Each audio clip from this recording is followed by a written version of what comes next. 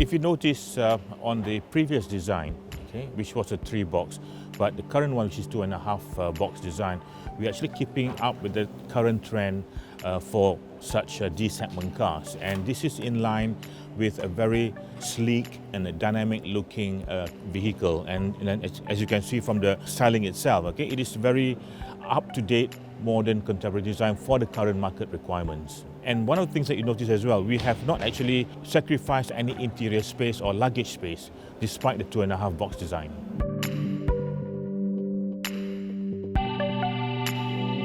You are right to say that there are some, people that like it, but in a sense that for us, when we look at the design in the body colored, it gives it a more of a D-segment car compared to a sporty looking D-segment car. And this car is really targeted for a segment whereby it is for middle-aged executives at 35 years and above, and it can be used in an executive car, and it would not be in line with having a sporty sort of outlook for the car, and hence the decision to actually paint it as a body color.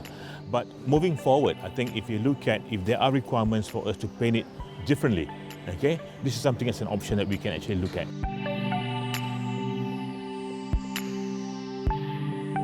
One of the key decisions that we took when coming up with the new Perdana is that we want it to be shortest possible time delivered into the market. And that in a way restricts us to some of the things that we can do. In itself, I think the original interior is already good, but what we did in addition is to actually enhance further the new head unit, infotainment, and we've got the GPS that we have added in for navigation, as well as notice as well the screens that we have are touch screens. And this will add the user experience to the car that we currently have just launched.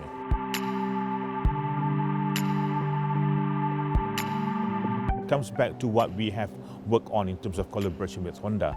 I think the agreement then was that we will not change the architecture of the vehicle, and adding more safety features requires a lot more testing, and critical to us was the time to market. And hence what we did was to actually cap the safety features to be the same as what was original, but moving forward, okay, when we come up with our own engine coming up in the year 2018, that is something that we can look again, whether we're going to add additional safety features, more airbags, whether electronic controls, stability controls and whatnot, something that will be on the table for us to decide on.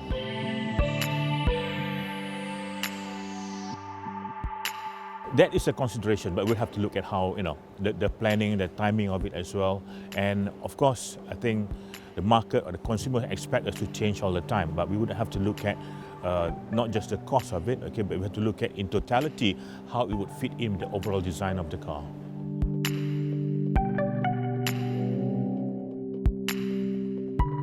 I think key to us getting back, the support from the market is really in refinement. And this is a focus that the new team and the management of Proton is looking into.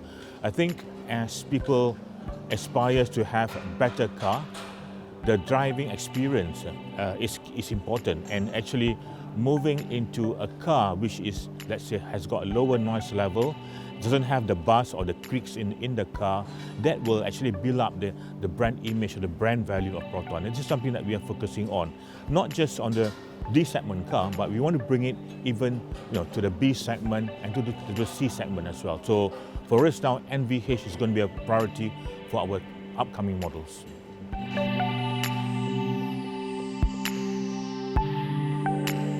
The plan moving forward on how we're going to improve on our product is to focus or emphasize on reducing NVH, which is noise, vibration, as well as harshness. I think it is one way for us to actually enhance our brand value, brand image, and it is something that the consumers or the market expects from us. I think looking at the market itself, looking at the other brands of cars available in the market, we have still some way to go, but we are putting in all the effort to make sure that all the cars, not just the D segment, but also the A segment, the B segment that we currently have, to bring in the level of refinement which we feel that the customer would want from us.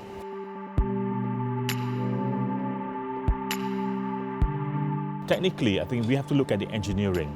Sound insulation is really an after effect of engineering, that if we find that the engineering aspect is not sufficient to reduce the noise or the vibration, then other methods of reducing it is available.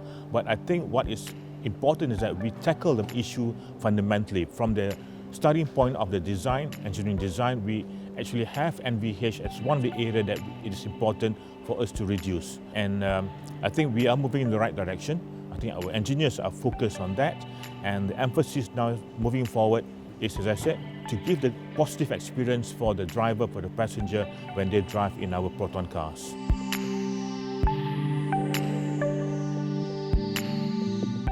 Yes, we are going to improve on our CVT. We're going to use a torque converter with our CVT, and understand as well that when we first launched our models with CVT, that has been a consistent complaint from our customers, from the market. We hear what they are saying, and hence our program to actually improve, and particularly with newer models coming up after this. Okay, you will notice that we have made some improvements in that. Yeah.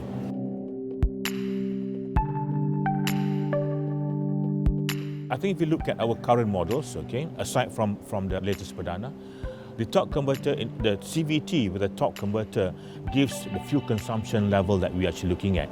I think market is quite critical on fuel consumption, and CVT is one way that we can actually reduce the fuel consumption and make it economical for the owner or for the user when they use our car. So that is one area that we're looking at. And definitely, torque converter is something that we're working on. We've got cars on the road, test cars on the road that are already using torque converters, and basically we are refining or tuning the car, the gearbox, so that we can put it into our upcoming models.